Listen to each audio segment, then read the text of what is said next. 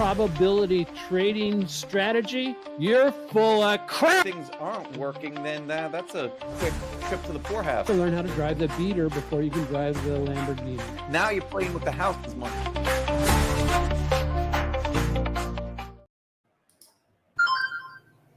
Wow. You know, Mike, when I first started trading, I really thought that I knew exactly what I was going to do, you know, and how to do it day one.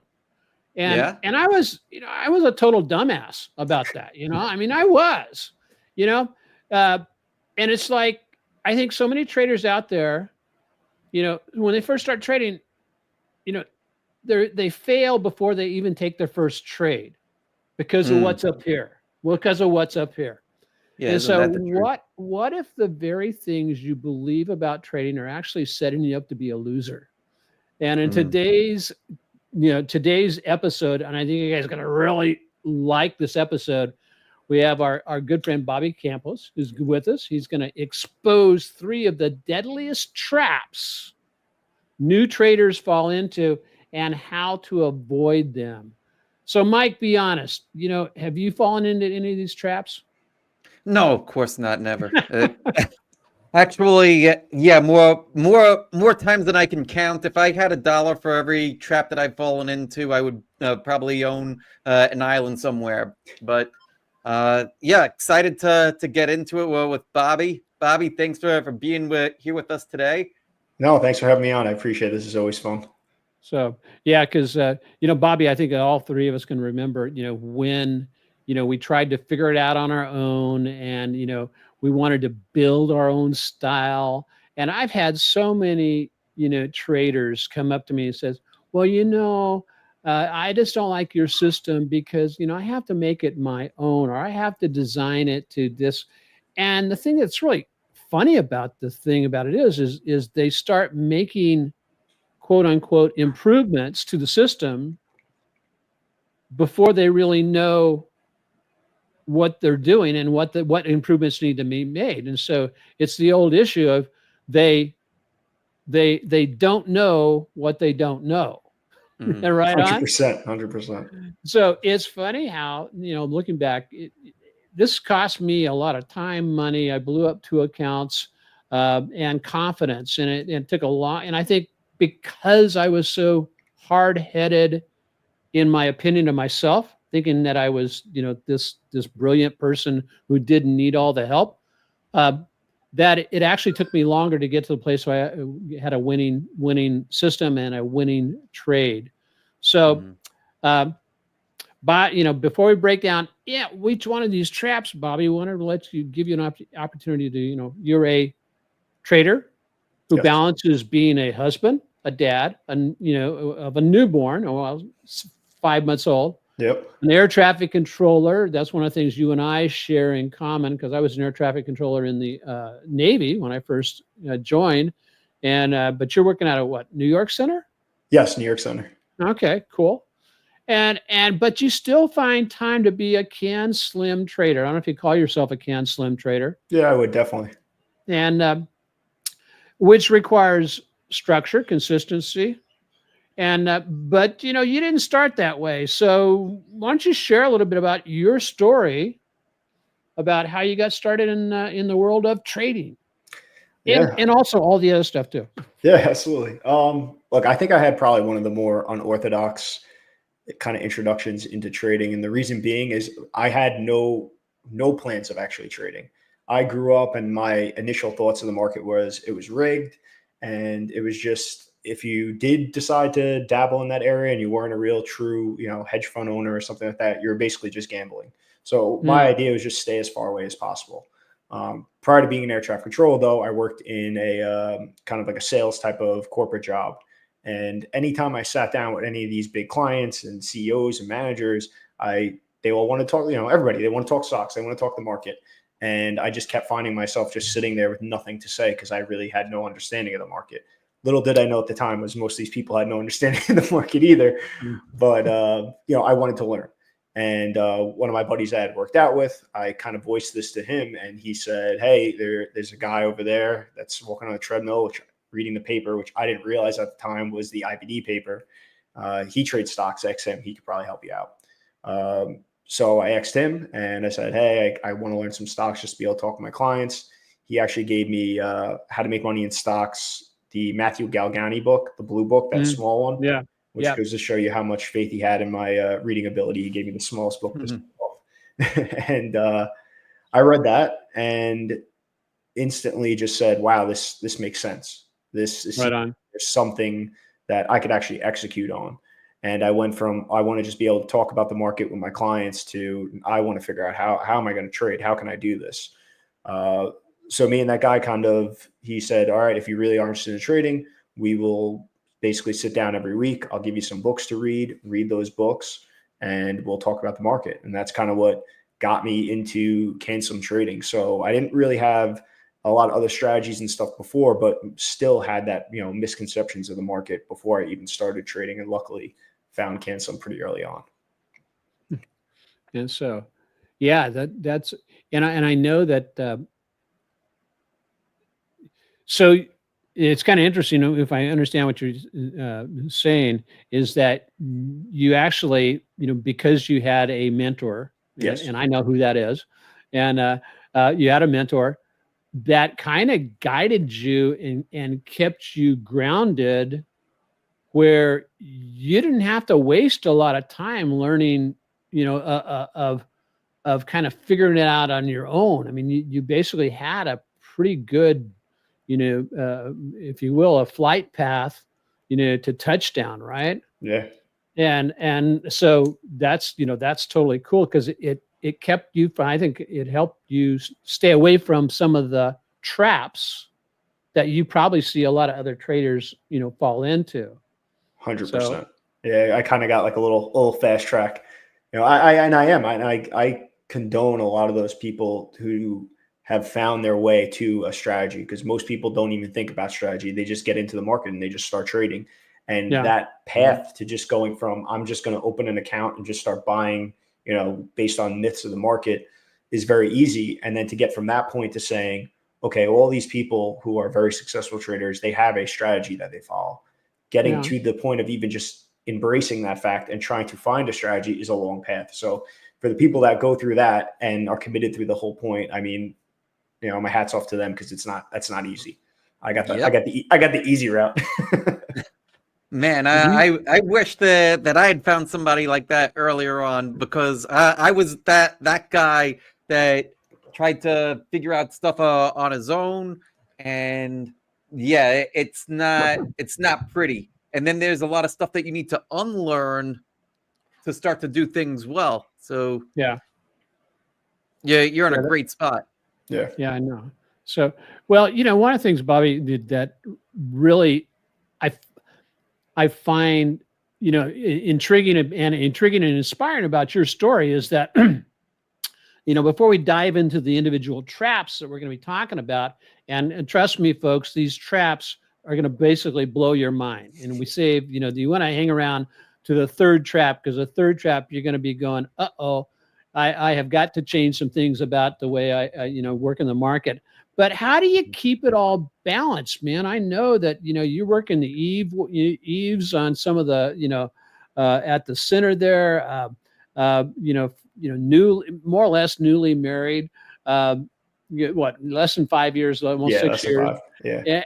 And with a 5-month-old, plus your extra other, running a very popular Discord channel. How do you maintain your balance?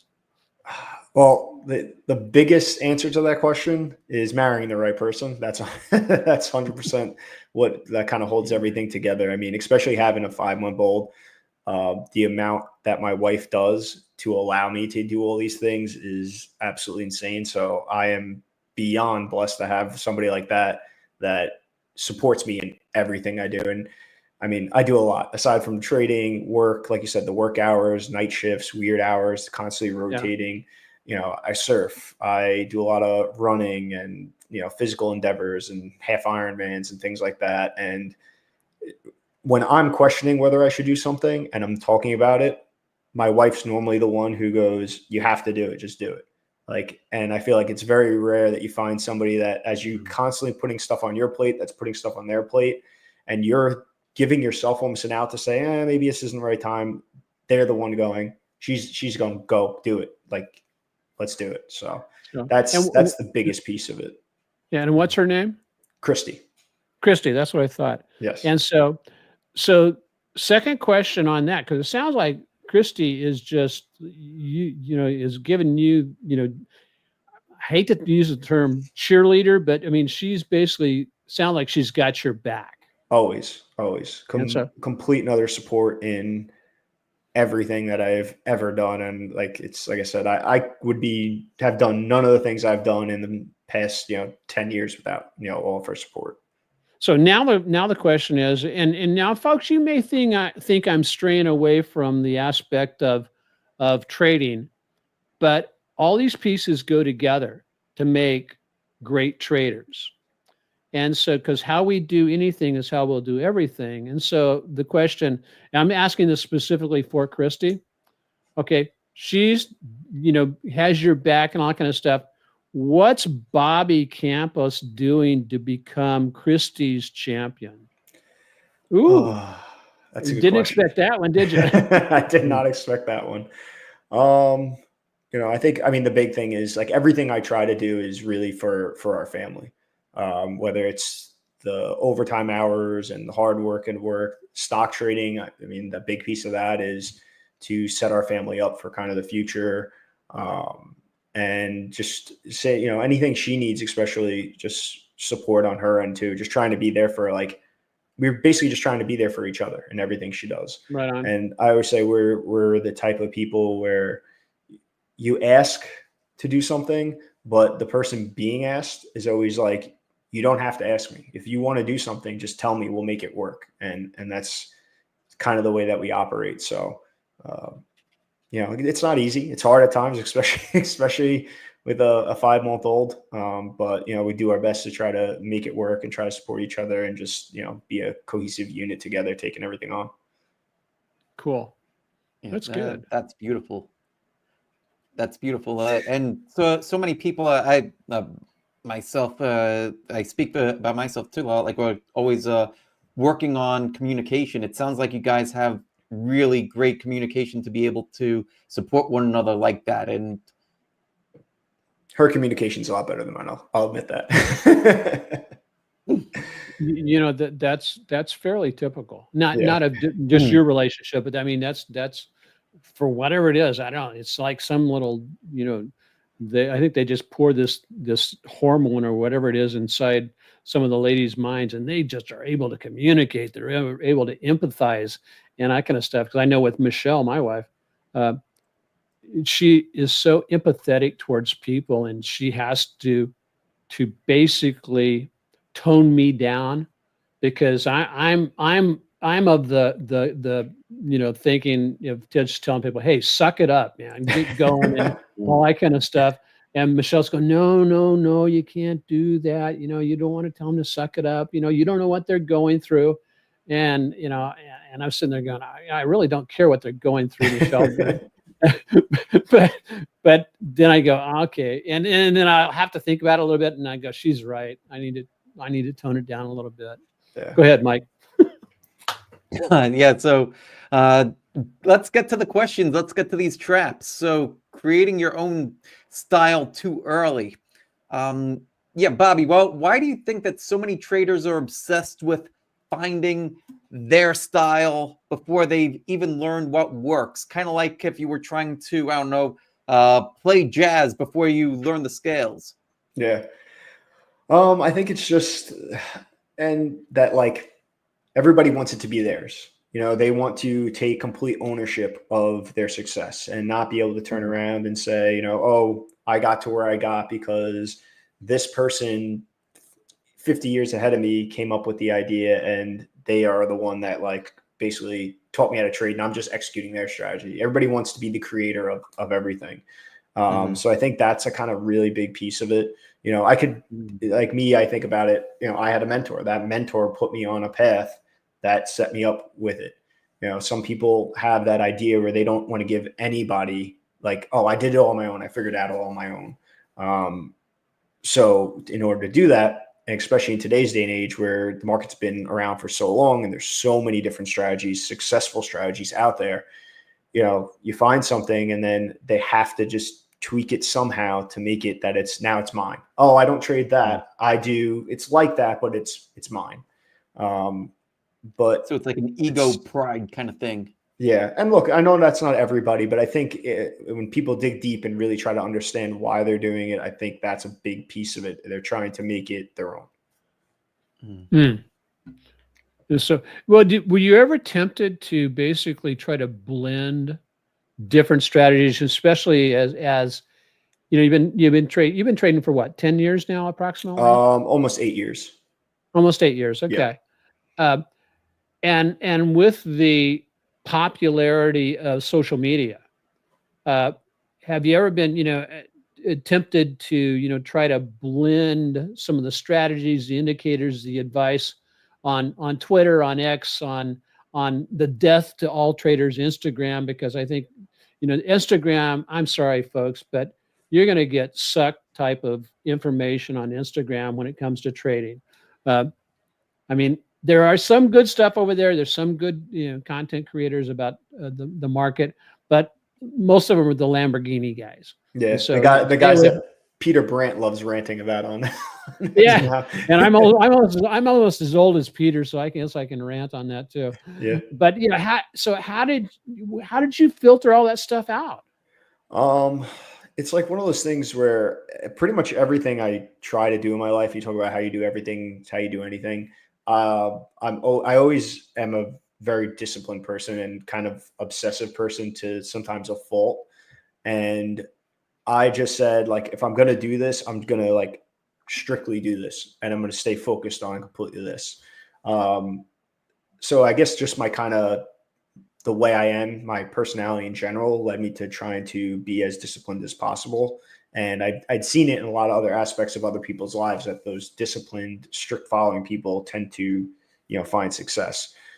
That's not to say that I did not at times try to, oh, what about this or what about that? And start seeing other things, luckily not the Instagram people, but other trading styles, like even successful trading styles to possibly, oh, how can I incorporate this? But then again, social media is great and all these books and everything are great because you do hear about some of these faults from other people. And I'd heard enough about the faults of people turning around, trying to blend stuff and make things work. And it just doesn't work out in the long run. So that was kind of what prevented me, I guess, from really going down that path. But with that being said, I also understand, and a perfect example is as of lately, I have now been trading strict canceling for so long, and I've done so much performance review. I realize there are areas where I might have to make some adjustments to fit my personality a little bit better. But I also know what adjustments can be made without negatively infecting my trading and where to look to make it kind of mesh well. And a perfect example of that is like looking into kind of like Mark Minervini is a style that I've kind of started to implement a little bit, knowing that they are kind of, cohesive. Yeah. They dovetail together very nicely. And so, Mike, what about, Mike, how have you adjusted some of your trading, similar to that? Because, like you said, it took you a while to find your system and all that kind of stuff. But I won't say how do you keep your system pure, but, and pose this question back to Bobby, but how do you keep your system on track, so that how do you keep it clean so that you declutter, or you have to do a reset occasionally on your system to make sure? Well, I'll answer that while I'm answering. I heard some. I don't know if anybody else heard some feedback, but it sounded like there was some pretty hefty feedback in there with your microphone, Dennis. Just all of a sudden, kind of weird. Okay. How about now? That sounds better now. Okay. Yeah, it's like it just way to go. All right. So staying on track. How do you stay on track? How do you make sure that you're not kind of wandering too far off the reservation. 2 words: post-analysis. Mm, It's very important. And the way that you're able to do a great post-analysis is by actively journaling. If you yeah. try Right on. to do a post-analysis without journaling, then it makes the whole thing very difficult. It almost is like you're kind of grasping at straws. So the way that the most efficient way, right? And so very similar to you, Bobby. Like I would imagine a lot. Like you've got to be very efficient with your process, right, to be able to juggle everything. Me too, because I started out doing all this stuff part time as well. So get organized with your journaling first. You don't have to like go crazy like trying to journal everything, but try to have a structured way of what you're going to track and have a process for when you're going to track it. Block out time, and it makes staying on track that much easier, and seeing if you're like what levers need to be pulled that much easier too. Yeah, right on. So, and which makes that a really good segue, or just a really good time to just, uh, um, help us pay the electricity here, guys. Is Mike covers a lot of that kind of stuff in his book, The Trading Mind Wheel. Did you like that? Was that a pretty Oh, good thank you. segue? That was good. I got mine actually. I don't know if you could. It's kind of right over there. It's kind of there. Cool. That one right there. Oh, there you So go. there it is. I thought it Anyway, was leveling the the bookcase over there. Yeah, no, great. It's kind of, I find it kind of interesting. Mike's got a bookcase in his background, and then, Bobby, you've got yours, and then I've got mine back there. And I think it's, I've got a lot of, and I've got Mark Minabee's books on audio and all this type of stuff that I love listening to. But, as we wrap up on, the first aspect of this, regarding, um, you know, creating your own style too early is one of the challenges I see a lot of traders have. Is they have this idea that, and this may feed to the issue. Can you still hear this? I may have been talking away from the mic. It feeds to the issue probably of, well, I've got to make it, it's got to be mine. Is that a lot of traders, they are challenged with the understanding that to build a great trading business, I'm going to call it exactly what it is, a business, Absolutely. in reality, takes a completely different mentality than to have a full-time job. Because if you try to walk in it with your full-time job mentality, getting paid every 2 weeks a certain amount and all that kind of stuff, it's going to screw you over. It's going to screw you up. And so, so what would your advice be to somebody who, as far as, they want to build a trading business, but they think, so how do they get their mindset and their belief system changed around to saying, oh, wow, I can make a full-time income, but not working full-time? And what are some of the traps they could fall into as they're trying to, go across that territory? For me or for? Yeah, that's for you. Okay. Look, I mean, having a full-time job, and especially with shift work, it's like you come in, you work your shift, and you go home, and then it's off. Like I don't, unless somebody brings it up, I don't really think about work. And again, I don't do this full-time, but trying to treat it as if it's a full-time job in my mind is kind of constantly having those time blocks all throughout the day where you can do what you need to do to manage and run everything from top to bottom. It's not just about placing that trade. It's about doing the performance reviews. It's about expanding your education. It's about making sure that your mind is in a good place when the market's open and when you're making decisions. Really just structuring the same way a CEO would structure their business. He has his calendar and he goes, all right, I get this done here. I get this done here. Oh, I have time here for my lunch. I get this done here. I get this done here. Oh, and I go to dinner with my wife and my family here. Structuring your time is, I think, extremely important, because if you don't, it's very easy to just let a certain aspect of your trading business kind of fall apart.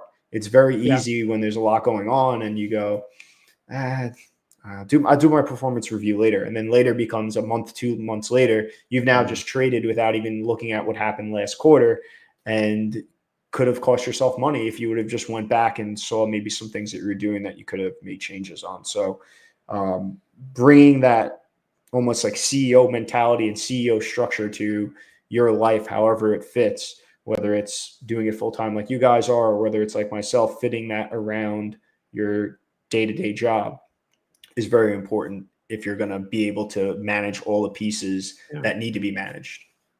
Well, I like, think it sounds like you have like a standard operating procedure for how you're going to run your business, and in addition to that too, that you have business hours. It's going to be from this time to this time. That's when I'm working on it, and I'm going to figure out how I'm going to structure the best way to utilize that block of time, so that way it doesn't bleed into the rest of my life. Is that about right? Yeah, 100%. And I will also say, just like a bit, Christy, my wife, she used to own a dance studio, and I've seen it secondhand. But anybody who owns a business knows it's not business hours. It's 24/7. It's always on your mind. There's always things happening. Trading, though, is when you have a passion for it and you have so much interest and love and to do it, you do find that, there's times where I sit down on the couch after work and, Christy's sleeping, and I'm not, turning on a movie. I'm turning on something like a show like yours, or, all different things, or reading a book because I want to learn more. I want to, research and do different things. So I think that's a big piece of it too. Like, if you really do want to do this as a full-time, do you have that passion and that drive level to do it? Because too many people think it's this passive type of way to gain income, and they're just going to open an account, make some moves, and make money. And I don't think that type of person has the drive and the want to really do this as a full time, because it's all the time. I think about trading a lot. You're not alone. Once the bug bites you, one of the things that I think can help people in this area is that, one, acquire knowledge. And you mentioned, Bobby, the thing about, watching shows like this one, and I highly recommend this show to everybody. No, just, but there's other things out there also. But the books you read, and not just on trading. Read books like I'm right now going through a complete audio series by Jim Rohn, one of the best, guys for self-development that's out there. Because, even where I'm at in life right now, my objective is to get better in everything. But anyway, acquire the knowledge. And unfortunately, so many people spend all their time acquiring the knowledge, and then it sits there and rots. It basically goes into a stagnant pool. And so the next step is to apply the knowledge. And that's when you start growing the wisdom. That's when you start applying it to the way you trade and all that type of stuff. And to both the mechanics and the mindset. And lastly is, if you are, saying, I want to replace my income trading, recognize that I can, I've replaced my income, and I only spend 4 hours a week doing my trading thing, right? Now, I run my business, which takes time, which keeps me in the market also. But my actual trading process it's all primarily after market hours. Okay. And I put in my conditional orders. I do the whole thing that way. And then I do my fire and forget orders, and I'm done. And what happens. And I'm not saying that cavalier, because I have my stop losses in place. I have my profit targets already that are all automatic. But what I have had to do and sometimes struggle with is, I have got to find constructive things to fill my time. If I'm only working 4 hours a week on trading, what am I going to do with the rest of the time? And if I don't have a plan for the rest of the time, I think that's where we can slip into bad habits, laziness and all that kind of stuff, and that type of thing. And so, anyway, that's so Bobby. Just as we move on to the next session, just what advice would you give a trader who's feeling overwhelmed trying to find their edge too soon? Number one would be don't put too much pressure on yourself and understand that it's a much longer journey than you even realize. So, I hear people that are trying to figure out how to handle this market right now to make money in this next couple months or, whatever's going on. Understand that it's a much longer process than that. And, you're not rushing to get into things and figure things out. But look, to be honest, I think one of the best books out there, which I have on my shelf over there, if somebody's trying to find their way and find a strategy, is Market Wizards, because you get this kind of gamut of all different types of strategies and all different thought processes, fundamentals, technicals, commodities, futures, all this stuff. That's a good place to kind of start and just to see, because there is a lot of kind of similarities between people trading completely different markets and completely different styles. And those similarities are what you really need in order to really execute ad trading in any way. So I think that's a good place to start. Then think about, I always say, ask yourself what you want out of trading. Are you somebody that wants, there are people that they want to sit in front of a screen and they want to trade more frequently. And if you give that person some type of long-term strategy, they are not going to be happy. There are people that want to be more removed from the market and they don't want to think about it and they don't want to look at screens and charts. There are people that have all different types of wants out of the market. So I think that's the first question. If you are feeling overwhelmed, is ask yourself, like, what do I want about the market? What do I want out of trading? What do I want my day-to-day to look like? And then kind of use that to project you into a path that there's this proven strategy that kind of can emulate that. I love that. So, hey, Mike, let's get into the next trap. Oh, yeah, you kind of already segued into trap number 2, underestimating the time it takes to learn this stuff. So, what would you have to say to those people that are telling you that, oh, you just buy my course, I'll have you up and running in 30 days? Yeah. I always try to relate everything in trading to kind of just stuff that people know on a regular basis in their normal life. And if you look at any other career, accountant, a doctor, a construction worker, anything, there is normally this period, like Dennis, you were saying before, of that gathering of education. And then that is not enough. You go to college and you do even a doctorate in something. That does not mean you can actually do the job. It just means that you probably have a good understanding of the job and how it should be done. Right on. Once you get that education down, you then have to learn how to execute. And that's another level. And I think too many people look at the market because let's face it, it's very, very easily accessible.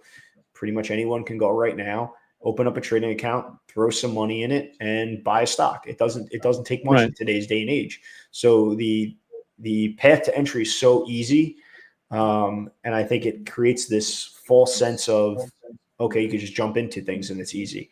Where really you got to look at it like any other career. You would never say, oh, I'm going to be a doctor and take somebody's course and then say, okay, in 2 months I can perform brain surgery, or even not even to that extent. Oh, in 2 months I could go build a shed and I have no experience in building. Yeah. Something even on that where it's like, you're not going to say, oh, this guy told me he could teach me how to, build a garage in a week.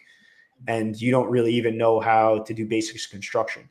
And that's what I think people need to start getting in their head is it's like any other career. It's like any other job. And I'd argue it's probably harder than many, many others. I mean, I have a fairly complex, stressful job, I would say, as an air traffic controller. And I think trading is much more complex and stressful if you do it the wrong way than that. So Yeah, think about it like any other career and understand that there's an education period where you have to learn, and then there's a period where you have to learn now to execute as well and actually have that hands-on experience before you can do it. Right on. Yeah, so yeah, Bobby, it's interesting.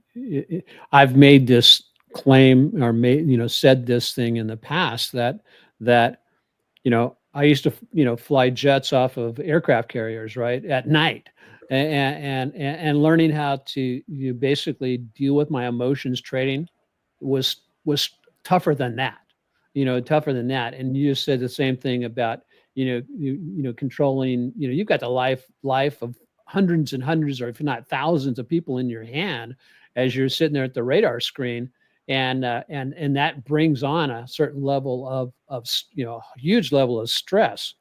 But that trading presents like a different kind of stress. Now you can get through it. Yeah, you can get through it. And then the other thing you said I thought was really remarkable is, there's really great. One is look for the similarities.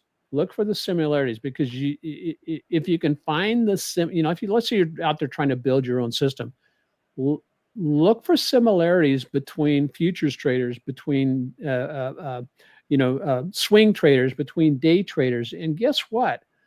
While each one of those different types of traders will want to be proud of what they do individually, there are elements in each one of them that are, guess what, the same. And I'm talking from, like over 30 years of watching the market and watching different traders. And the last thing you said about education, people gain the education, and sometimes without application, you can have a doctorate, and what good is it? It reminds me of my dad used to always say. He said, just some people are educated past their intelligence. Yeah, I can definitely say I'm not that person. I try not to be that person. Undereducated.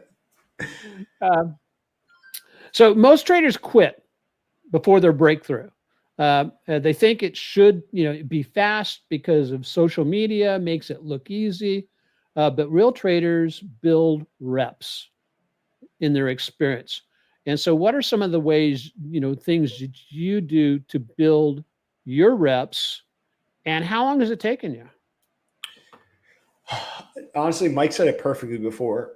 The performance review is probably the biggest thing to build your reps, because you're basically getting a chance to retrade that stock by looking back at it and seeing, all right, what did I do? How did that work? If I would have followed my strategy because let's face it, a lot of us, sometimes fall wayside. You look at a trade and you say, I didn't follow my strategy to a T. I did this. I should have did that. Right. So you look at, what did I do? What if I was strict to my strategy? What would have happened? And then if there's something that you were thinking about, maybe it's moving a stop to a different style or changing things slightly up, you can kind of then see, all right, what would have happened if I did this?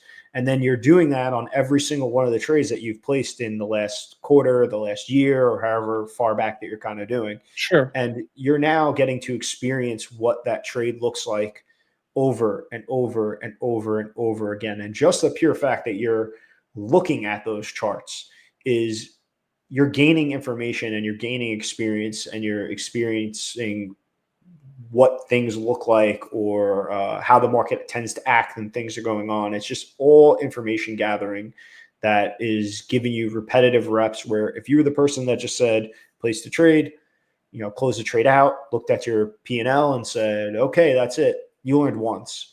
By going back and revisiting things, you're learning multiple times, and you're getting those extra reps. And that's why you see the people that do performance reviews, how much faster they get better at trading, Right. The only other thing, it kind of like shines like a mirror at yourself too. So it exposes things to yourself that's going to help you to, be able to rethink and go through that again and again and again, and say, like, all right, is this how I would want to handle it again, type of thing. So yeah, it's those extra looks at something multiple times. So what's your thoughts in this area, and any questions for Bobby? I think that his response is spot on. It's exactly what I would do too. And like we mentioned before, it's important to be able to have it to journal your process, do a post analysis of it. One thing that I think that's good to do as well, in addition to studying your own past trades, build your own model book. Build your own model book. Find your setups. Find the ones that have performed exceedingly well. You could go to O'Neill's book, How to Make Money in Stocks. The first 100 pages of it are all model books. But don't just read what's there. Try to go into your platform. I know that TradingView has a ton of data in it. You could go into there and then mark up the chart yourself. That way, when you're marking it up yourself, you're starting to get that feel. You're starting to put in the reps. And not only that, you're seeing it on your own chart. So that too is training your eye to spot these things later on in real time. History does repeat itself, and putting in those kind of reps are a great way to make sure that you see when it does. Yeah. So, yeah. And we talk, Bobby, Mike and I talked a lot about, completing your reps. But you have to have your reps. You have to have your reps.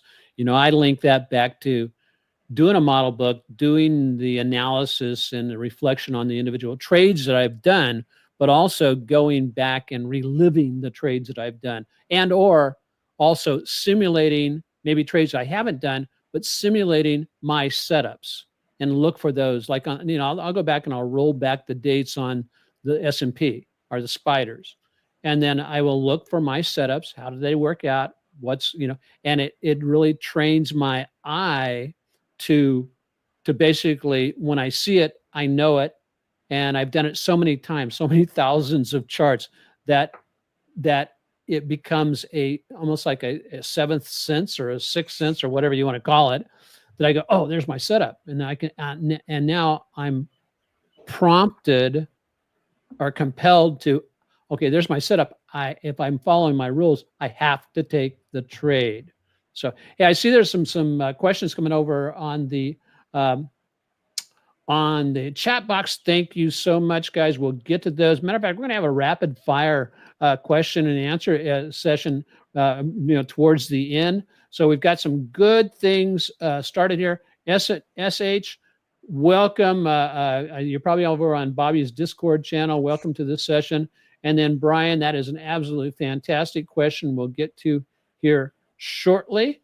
And so how, Bobby, how has your perspective on progress, trading progress, changed over the years, and how do you measure your progress now compared to when you first got started? Do you mean progress in your learning or progress in your portfolio, would you say, or both? Oh, is there a difference? Well, yeah, I guess it's true. You could be, they both kind of go up together normally. Yeah, no, but I'll ask you, is there a difference? And if there is, let us know what that is, because I think there may be a difference, and especially if you focus on one or only on one side of that equation. Yeah. Well, I think on the learning side of things, it's that old you don't know what you don't know type of thing. Mm-hmm. And like, perfect example, being a cancel trader, I've read How to Make Money in Stocks. And the first time I read it, it was confusing, and a lot didn't make sense to me. And I understood that. And then by the second time I read it, all of a sudden now I'm like, oh, I got this, oh, now I understand this. But having not actually traded it before and having only read it maybe twice, I didn't realize there were so many little things in there that were completely going over my head. Right. And then I would read it again and I would say, oh my God, I can't believe I missed this. Or I totally forgot about this part because I haven't read it in a year. And now all of a sudden I've left this out of my trading. And the learning progression is almost like you kind of take a jump forward and then, you lose a little bit. It's just, some of that knowledge starts to teeter off out of your mind. You start focusing in other areas, and maybe something that was less important to you at the time starts to fall to the wayside. And then you kind of keep just taking those incremental steps forward. And you could be focusing on one strategy, one book, and every single time you read something like that, you're just going to kind of keep stepping up that knowledge little by little by little and progressing your knowledge. Now with your actual trading, same thing. There's times in, like I always say, there's cycles in everything, the ups and the downs and everything. And it's the same with trading. You're going to have times where you're super motivated, you're really focused, maybe your outside life to trading is dialed in, and you're going to make leaps and bounds in your trading. You're going to dial in your routine, you're going to be executing your strategy perfectly, and your portfolio is probably going to go with that as well.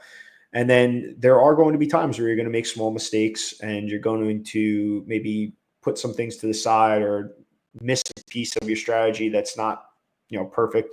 And with that, your portfolio might kind of pull back a little bit and, come down, and then you're kind of going to re-up again. But now every single time you keep pushing the envelope, you're just kind of taking that step up and up and up and up. That's good. And it happens all the time. Look, I had talked about this, talking about the people in the Discord. I had said the other day that with this market, I'm the type of person that's just not the market for me. So a lot of time I'm in cash. And I was trading a little bit more to the short side. And in the beginning, I was doing very well. I was sticking to my plan. I was staying very strategic. And then I started to get bored. And I started to just make some trades on the whims during the day, not based on the decisions I had made the night before, which is now my new concrete rule. And all of a sudden I gave some of my gains from the year back. And I said, all right, now I saw it happening. I got to take a step back, reset, and work to make that next stride forward. So it's just everything with progression is that there's going to be those cycles. It's never in a straight line.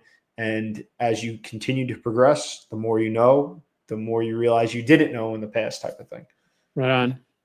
And you know what, Bobby? It's actually a win that you recognized that where you were deviating and were able to course correct so quickly. There's so many people that they don't have that element in place. So well done to be able to recognize it that quickly and change things up. Yeah. And that's a big shout to having, community.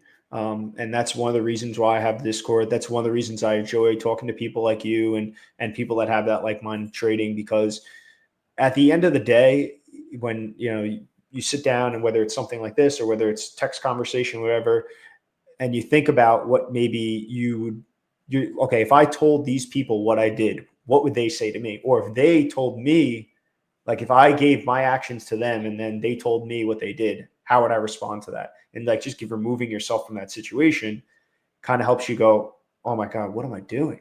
Like this is, I got to reset. Something's wrong. Because it's very easy, despite how much you focus on mindset, there's always going to be those slip ups.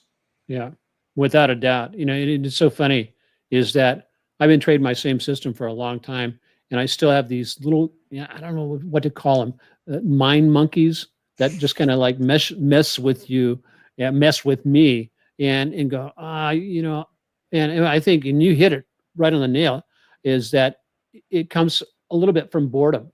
And so that's why having a structured day is very important.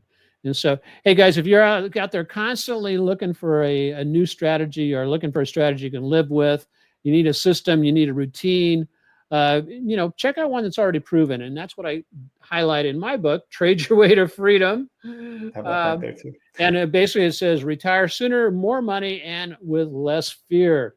Co-written with my son, Brandon, and forwarded by this really cool guy named Mike Lamont.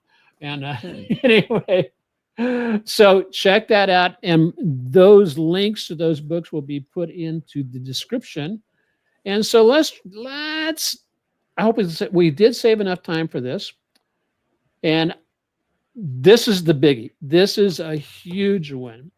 And if you saw the graphic that announced this podcast, you saw this guy reaching for this grail, this holy golden grail. It looks so appetizing. And the thing it didn't totally show also was it was right over a cliff, and there was a big bear trap right below it. So let's talk about the big one, the myth that there's one perfect strategy that wins in all markets. And this is the holy grail trap. Bobby has said it best in the past. Chasing the next best thing will keep you from ever sticking with anything long enough to make it work. I don't know if you said that. Well, I think you said that. It's not about the magic system. It's about disciplined execution of a sound system. So Bobby,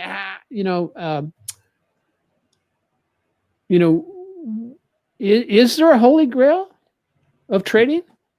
Not at all. Not at all. And I say this being a canceling trader, and the community of other traders in the social media world always says how, everybody in the canceling says this is the best. And I will be the first person to admit that is not the case.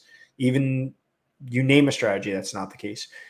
Every market is going to be different. There's same thing we talk about, cycles up and down with progress of your trading. There is cycles in the market, and there's periods of time where the market behaves in a certain way and things are happening. Right now with this previous downtrend that we have is a different cycle than comparing to what was happening in the kind of second half of last year. Right. And strategies are effective in certain different types of markets. They're not effective in every single type of market. I think that's one of those things where, again, you have to look at yourself and say, like, what do you want out of the market and where do you want to execute in certain type of strategies and trends and things like that, that something is going to perform very well in one, others are going to perform very well in another. But the goal is to just know when it's your time, when that pitch is coming to you, and be able to execute. And that is what propels you forward and grows your portfolio and gets you kind of making money in the market. And then when to sit out, and when to take a step back, and when to lessen the amount of risk that you're putting into the market, because that is, again, how you get ahead, because you're not going down. You're just allowing your portfolio to grow and staying stagnant, grow, stay stagnant. And I think too many people look for these times where they want to be making money all the time. I just did it myself. I'm sitting here talking about it. I just did it myself, where I was trading a little bit too much on the short side and trying to play in a market that is just not the market for my strategy, and it cost me. So understanding that there is a time for different types of strategies, there's all different proven strategies, but there's no one strategy that's better than all the others. And the last thing I'll also say is, what is a great strategy for you may not be a great strategy for me. Again, we talked about this before, where, like, what do you want your day to look like? What do you want out of the market? Well, there might be some guy who says, I have the best strategy in the world. It beats everything. And he wants to sit in front of his screen all day and, day trade. All right, for him, that might be great. But if I try to execute that, I'll tell you right now, it's not going to be an effective strategy. So that's the big thing. Just understanding that there's different markets, different cycles, and different environments that different strategies excel in, and some underperform. And there's also different traders and different personalities. And it's a matter of knowing what's going to fit you in terms of a strategy and what is the market and when your pitch is there. But thinking that you have the greatest thing of all time, it's eventually you'll find out the hard way that that's not the case. Yeah. Now you said that there. Yeah, go ahead, Mike. Yeah, no, I was just going to say, you're a sharp guy, Bobby. It took me a real long time to learn the kind of lessons that you've already learned. So it's great to hear how far you've come in a relatively short period of time.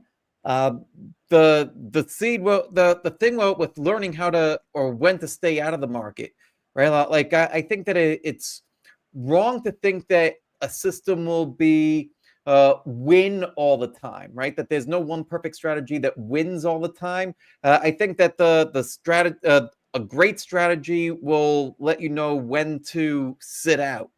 Like I think that you were getting at. So you would know, like, it's like having a bunch of seeds, right? Like, you wouldn't just like plant a seed in the spring, plant some more in the summer, plant some more in the fall, maybe plant some more in the winter, and expect everything to work out well. Knowing which season you're in, and Right having on. a way to determine which season you're in, I think that's key for any system. So, and yeah, that's absolutely rich, Mike. I think that, and it gets back to something. It reminds me of something I was listening to Jim Rohn about just this week, and he talks about know the season that you're in, exactly what you said, and also learn from the season that you're in, because in the winter, what happens in the winter? Things are dead or dying, all that kind of stuff. But what do? You prepare in the wintertime by simulating your trades, practicing your trades, and all that kind of stuff. And then springtime. What time is springtime? What do you do in springtime? You plant. You plant your seeds, you sow your seeds, and then the what do you do in the summertime? Well, you take care of your crop, right? You make sure that it's growing properly. And then what do you do in the fall? Yeah, harvest, this kind of thing. And the fact is that one season follows,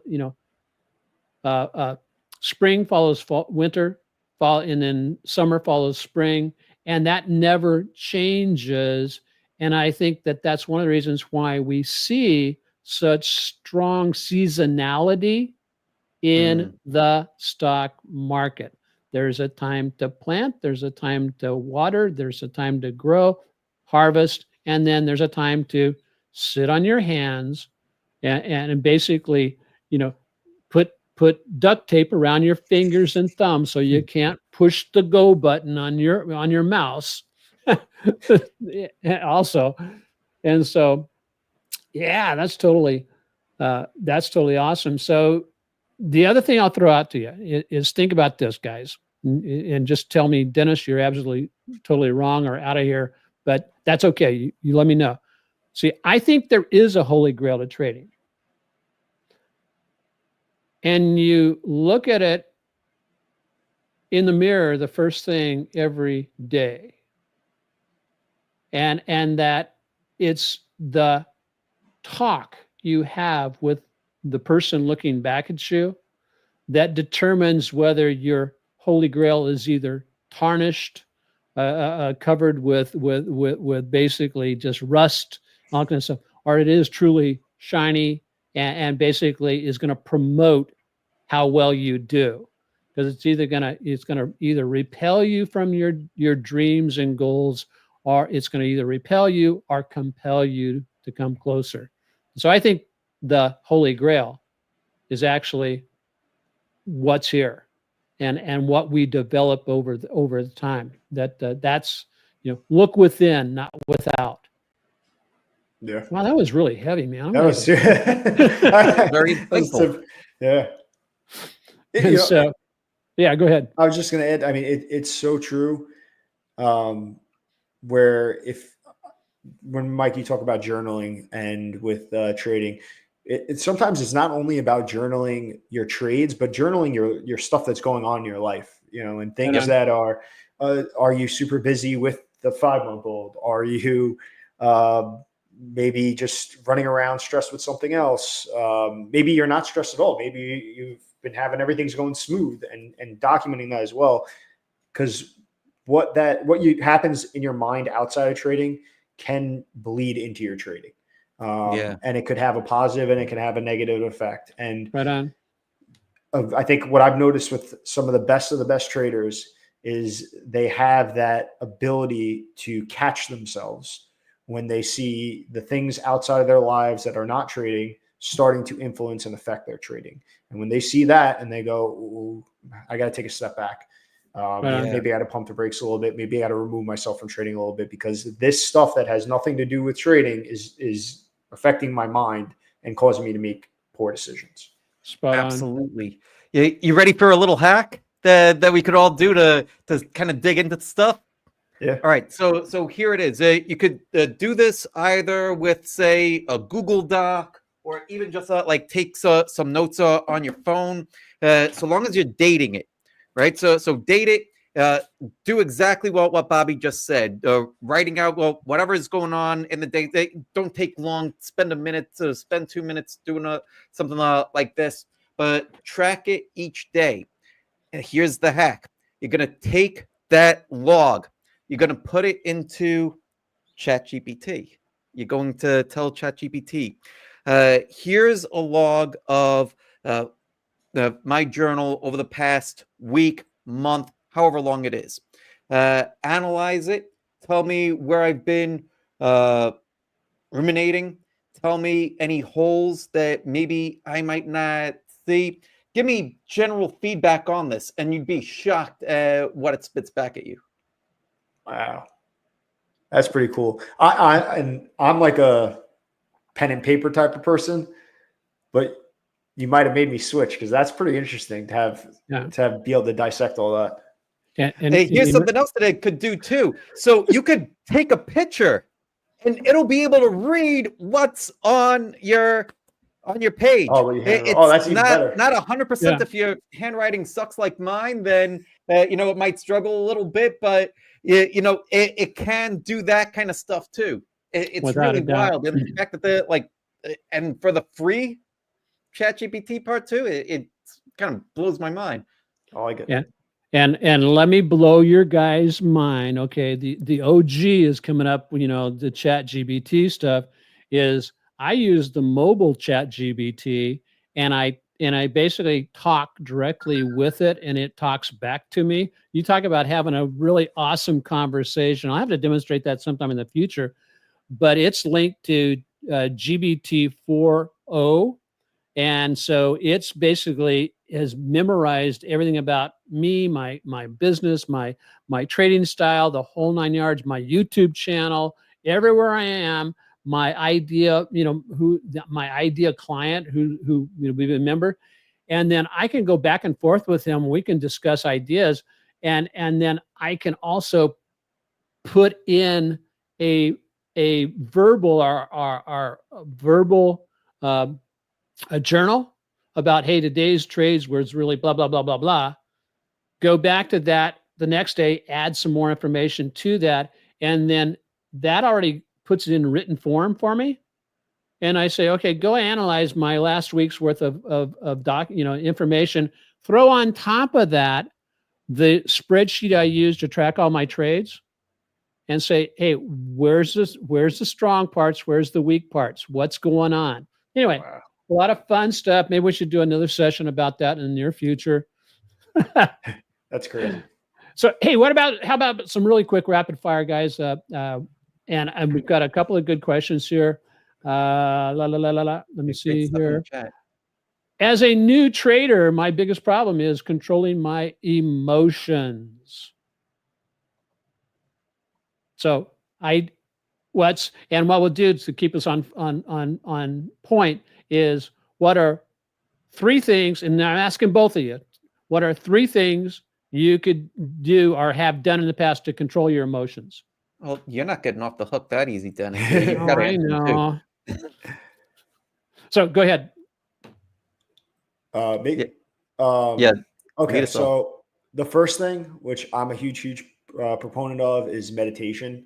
It may seem, and I know to some people, like being kind of like stupid, but I'm telling you, you sit there in silence and you just set a timer, and there's apps that you can do it. And it makes you so much more aware of kind of what goes on in your head. I think too many people think it's about just letting your mind go blank. It's not. It's about becoming what is aware and going on inside your head. And I've seen a huge increase in my understanding of like catching myself with what I'm thinking through that. Number 2 would be some sort of physical activity, whether it's lifting weights, whether it's playing a sport, whatever it may be. My mind is always much clearer when I'm more active. And there's times where my wife will turn to me and look at me and go, you need to go do something because you're getting crazy. Yep. And the last thing, it kind of ties in, and is just the journaling aspect of it is, putting those thoughts out there. And as you start to journal, I've noticed that I'll see, like, I didn't even think about this, how I felt like at this point in the day, and getting those reps of experiencing your emotions throughout the day by reliving them and writing them back out. And then that all just prepares you for, getting better at being aware of your emotions.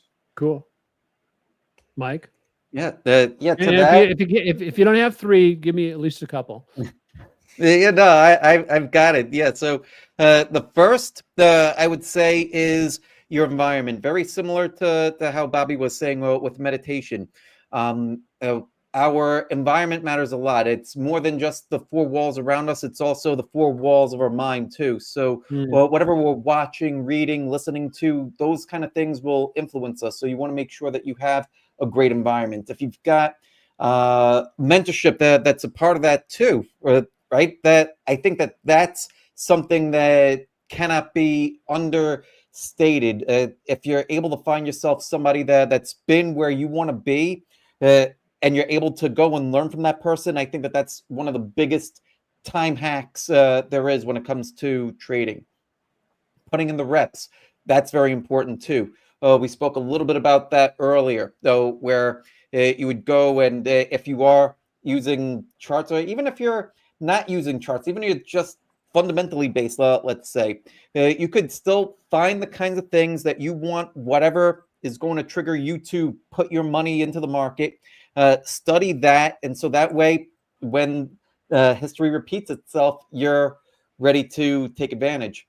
And also, as far as when it comes to trading emotionally, I think that a lot of people, it's not that you lack discipline. It's not, most people don't lack discipline. Most people don't lack even the knowledge. Well, what people lack is structure, which goes back to one of the points that was made earlier, well, with treating your trading like a business, having an actual business plan laid out that says that, okay, here's what I'm going to do, how I'm going to do it, and why I'm going to do it, how much risk I'm going to take, sizing, all that kind of stuff. And to take the time to sit there and write it out, because when you write it out, it forces you to think through these kind of problems. Yeah. And that's my advice to somebody that's getting involved. I like it, guys. Okay, let me add my 3, and I'll add 3.5 just on top. Is one, switch from a compulsive impulsive type of trading to where you trade a mechanical system. That's basically I can identify precisely trading ranges that you want to be trading in and identify targets and all that kind of stuff. So then you have something that is not based on just opinion, but you have something concrete you can base your trades off of too. Is a fitness. Bobby mentioned it. It was so funny. My wife kicked me out of the house last Saturday because I missed my Friday workout. And she goes, "You need to go do your sprints, man." And so, I run the hills here in Makakilo, and I do 8 sprints while I'm doing my 3-mile run, and it keeps me fresh and it rejuvenates me. And when you get all those endorphins and all the stuff popping in your head, it just breaks open all kinds of new ideas, new thoughts. Reviewing your trades, reflect and review, and then the last thing is hours of trading. Is come face to face with the fact that the market was designed to make you emotional.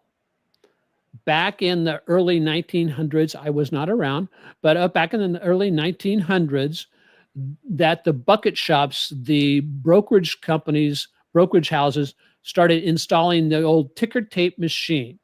And what they found is it would go tick, tick, tick, tick, tick, and print out the real live time. It's like live quotes to us today. If you're not familiar with a ticker tape machine. And what the bucket shops found was that when they installed the ticker tape machine, it increased the amount of trading, speculative trading, that took place. And therefore it increased the since 90% of the traders basically are wired to fail, it increased the amount of money the broker shops were taking in. And shortly after that, they distributed it to all the bucket shops across the United States. Well, guess what? The current financial networks and all that kind of stuff, they're trying to stimulate that same emotion. So click it off, turn it off, and I only trade after hours, because after hours, there's no, my emotions go on a scale to go way down, that way, which is good. So that's good. So what are three things? And let's see. Let me get back here. Hope you guys are two. Okay. There's one. Okay. Here we go. Sorry about that. Tips on developing a routine. If somebody could only do three things of a routine, what would be your advice to them? The three major things they could do for a routine. I break my routine down into a daily and a weekend. And if you only can do three things, chances are you probably pressed for time. So make the majority of your routine over the weekend. Make that where you're really, really looking for a lot of your stock ideas, where you're analyzing the overall market trend. Same thing, the market's closed, the emotions removed. You get a little more of a broader, higher level view of what's going on. You're not kind of tied up in the big ups and the big downs of a single day, and you can look at things more objectively. So I think one thing is make the weekend a big piece of your routine, and that's where the majority of your work is. And for the way that I trade, it's pretty simple. Look at the environment that I'm in. Have a way to understand the type of environment that you're in. So with Cancelim, it's looking at the indices and kind of the technicals of the market. Find a criteria of a stock that you're looking for and search for those stocks. And then going to kind of what you just said, Dennis, is make a plan on those stocks, on where you're going to buy, how much you're going to buy, where you're going to sell on the upside, where you're going to sell on the downside. Uh-oh, Bobby froze. Hope he'll be right back. Mike, can you hear me? All right. Yeah, I can hear you. So I actually paused at a good point, because I think that was oh, Bobby, you're back? Yeah, I'm back. All right, cool. So anything to add? I don't know what you guys heard, but basically I was saying that three things. Look at the environment that you're in and understand that. Look for stock ideas, and then develop a plan on how you're going to trade those stock ideas all after hours, where you're going to buy, where you're going to sell, and then make all those decisions. And then, like Dennis, like you said, once you have those decisions, step back. Cool. Perfect. Mike? Yeah. So to that, I'd add, first, figure out where you're at in your journey. Are you somebody that's brand new? Are you somebody that's seasoned? Are you somewhere in between? Because your next step will vary depending on where you're at. Somebody that's brand new, you probably want to dedicate more time and effort to learning the craft. And that means reading books. It might mean taking some courses and focusing your effort there. The third thing I would say is, if you're looking at what you're going to do for your routine, figure out what parts you might want to consider outsourcing. So, for example, you may want to outsource your research. All right, like Dennis, I know that you outsource a lot of your research to IBD. So the screening and which stocks am I going to trade, that part's already done. So you don't need to necessarily go out and hunt for your own stuff. You just need to be able to trust the source of where you're getting the stuff from. Right on. Journaling, if journaling's a pain in the neck, then maybe you want to get some software that might be able to help you with that. And so figure out where you're at, figure out what you need to learn, and then figure out, well, what can be outsourced. And I think that's a great way to save yourself some time. I love it. So yeah, Bobby, you can see I've got my IBD hat on today. Yes, I wore that in honor of you, man. Let me tell you. No. Love it. So yeah, my two things is, one is understand the difference between a system and a strategy. Yeah, I built my system that basically my system doesn't change regardless of the strategy I trade. And I won't get into a lot of depth on that, but basically, and my system is very simple. It basically is based on basically 5 pillars, or actually 6 pillars, but the 4 major pillars as far as developing a routine. I know exactly what I'm going to trade, identify what I'm going to trade. I know when I'm going to enter, and when, where, why, and how I'm going to enter, when, where, and how I'm going to exit. And I know my expectations of what's going to happen. And so that's one of the things. And like Mike said, yeah, I our farm out. I hate doing fundamental analysis, right? I do. I really, it's like, eh. However, I know the importance of it. So I utilize IBD standard for great stocks to say, okay, this is my stable of stocks I'm going to be looking at to potentially trade this week. And then from that, it generates a list. And then I look from that, the technical aspect of those stocks to come up with my best 5. And that's basically the final stable of the thoroughbreds that I will be trading. So the other part about developing a routine is develop a go-to trade. If there was one thing I know I could trade and make money on a consistent basis, what would it be? For me, it's TQQQ.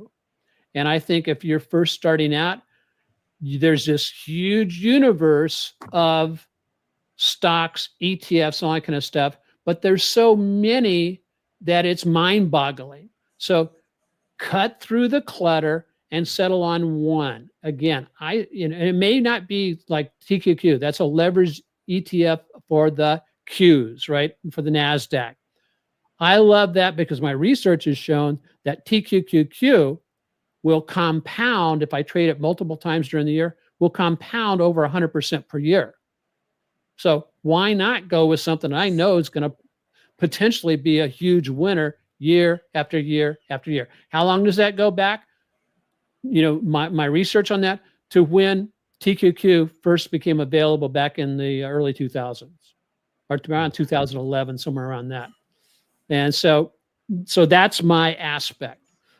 Last of and so Bobby, hopefully you can stick around for just a little bit more. I got time. We're good. Okay. The last of and because nobody's added anything else, but SH has a really great question. I struggle to unlearn my previous strategies. So I'm going to jump in on that one first, guys. I encourage you, SH, get the book Atomic Habits by James Clear, because they will basically help. And one, don't just read it, but basically, I would say get the book, get the audio book of it also, so you can listen. I think you get something from reading the hard copy, but also plug it in your ear, because believe it or not, you listen 3 times faster than you read. So I can put it at 1.5 and it's going, no, that's not that bad. But, as I'm listening to it, as I'm working out, as I'm running and that kind of stuff, and it really feeds my mind. And I think it adds another component to the learning aspect. But by James Clear, I'll put a link down in there in the description on where to find that book, because he talks about in that book not only the how to build fresh new beliefs and habits that will propel you towards your objectives, but also how to disassemble and destroy your failing habits. So that sounds like that's what you're after. So what about you guys? How do you get rid of the past routine?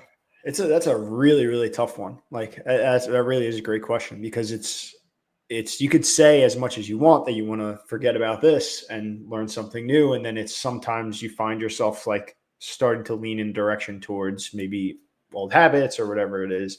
I think a big piece of that with trading would be when you are doing your routine, or whenever you're sitting down and you're doing something specifically in stocks, just like take a second to mentally say, all right, this is what I'm doing. I am doing this strategy and this strategy alone. I'm forgetting this old strategy, and like just actually take the time to really, focus your mind on it and make that part of your routine. Make that part of every time I sit in my stream for stocks. I'm going to take a second and I'm going to say out loud, all right, I no longer trade like this. I trade like this, and then do it. Because as I know some people think it's stupid, but that quick second to remind yourself can set you up on a better path versus not thinking about it and ignoring it and then diving in. And then next thing you know, you find yourself looking at a pattern that you said that you were never going to trade again. So. Right on. Yeah.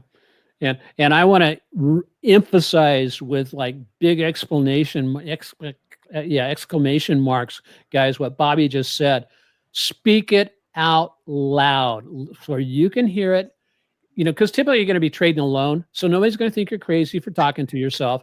And but to speak it out loud, because if you just speak out what you're thinking about a particular trade, about a particular stock, that will, I think, go a long way in replacing and taking the power away from the bad habits or the bad routine that you have. So, Mike, go ahead.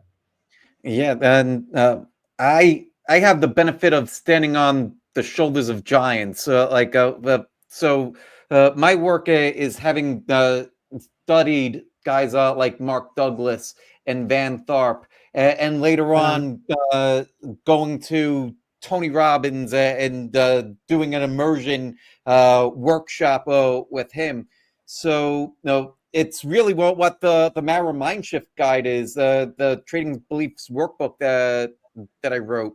And so what you want to do to get past some of these older habits, older beliefs, they all need to be questioned. But so much of this stuff is running in the background, right? It's running in our subconscious. So in order to bring the subconscious to the conscious, we need to ask ourselves a few pointed questions. And so a good one to start off with is, what are my beliefs about trading? Right. What are my beliefs about money? Because that's closely tied. And also, well, what sort of beliefs do I have about myself too? Just start there and write those out. Write as many as you can. Now, we literally have hundreds of them, but set a timer. Give yourself 5 minutes even to go through each one of those and try to write as fast and furiously as you can. And then what you're going to want to do is try to ask yourself or to say, is this belief leading me to my goal, right? So you want to also figure out too, well, what are your goals here with your trading? Kind of like what Bobby had mentioned earlier, where we want to be to have what our goals are, make sure that we're aligned with that, and then once we know what our goal is, once we have our list of beliefs, we could start to say, well, is this belief helping me get to this goal? If it is, wonderful. If it's not, then we need to start to untangle it. Am I able to let this belief go? Am I able to change it? Some of them, it's kind of like, well, do I still believe in, the tooth fairy or whatever? Right? It's very easy to let go. Other beliefs, there might be a lot that's rooted in this belief, and you might have a little bit of difficulty letting it go. So then you would need to kind of unravel that knot a little bit more. But the Mara Mindshift Guide walks you through all those kind of exercises. So that's how I would go about changing some of these habits and beliefs. And I think also learning how to do really good self-talk. And I had to get up from the desk just for a second, because I have this, and I hope you can see that kind of. A little bit more. I am a wise, disciplined, profitable trader. Yes. That is the mantra that my mentor gave me.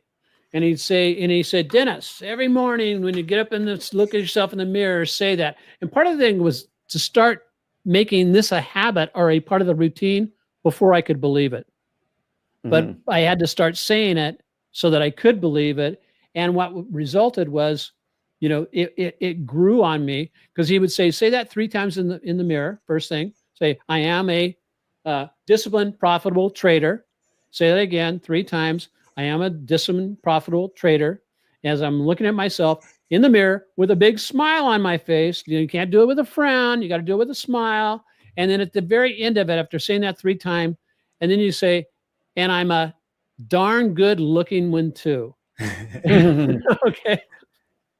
And clearly you can see that works. Anyway, so that's another way.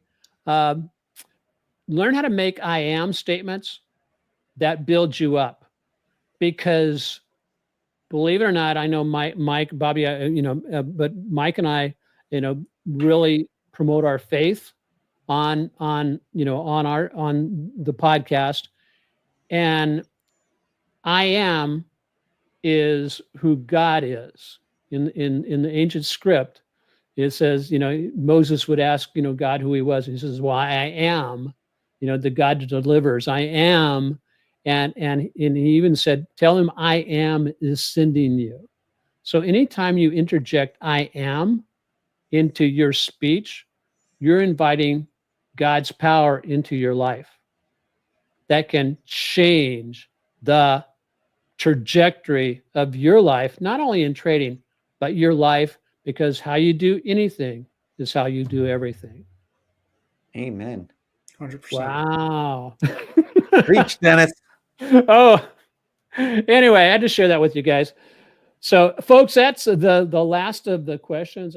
Bobby, I want to say thank you so much. Thank you, guys. This is a blast. I had a lot of fun. This is a lot of good conversation.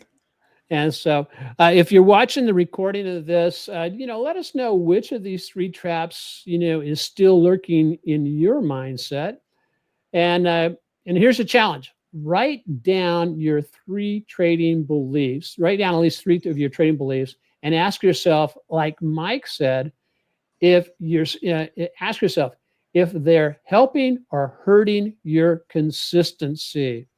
So if you got some value from this today's show, share the episode and give us a great rating over on Shopify and or down in the descriptions on the YouTube channel, or even on X. Let the people know on X that you really need to tune in to the Trading Truth podcast. So, Mike. Yeah, make sure that you're following Bobby everywhere. Bobby, where are the best spots to find you? Your X, your Discord. Yeah, I'd say that's probably the 2 biggest things. X is probably where I post the most, and that's just the path, the number 2, and profit. You can find my Discord there. I am in the process. I used to do the YouTube thing, and life kind of got in the way. I am in the process of kind of bringing some YouTube stuff back and some market recaps and things like that. So you can kind of keep a lookout for that. But really, X is the easiest and best way to stay in touch with kind of what I'm doing. And, a lot of the stuff I post is kind of the conversations that we're having here. Like I always say, if you take this conversation we just had and really try to summarize it, it's mindset and discipline. If you can adapt those 2 things into anything, not only trading in your life, you're going to see a lot of growth. So, and that's the kind of way I approach everything. So cool. Awesome. And so, okay, guys, we're going to wrap it up and just say aloha, God bless. And Bobby, don't go anywhere, but I'm going to end the stream right here. See ya. See you. Bye, buddy.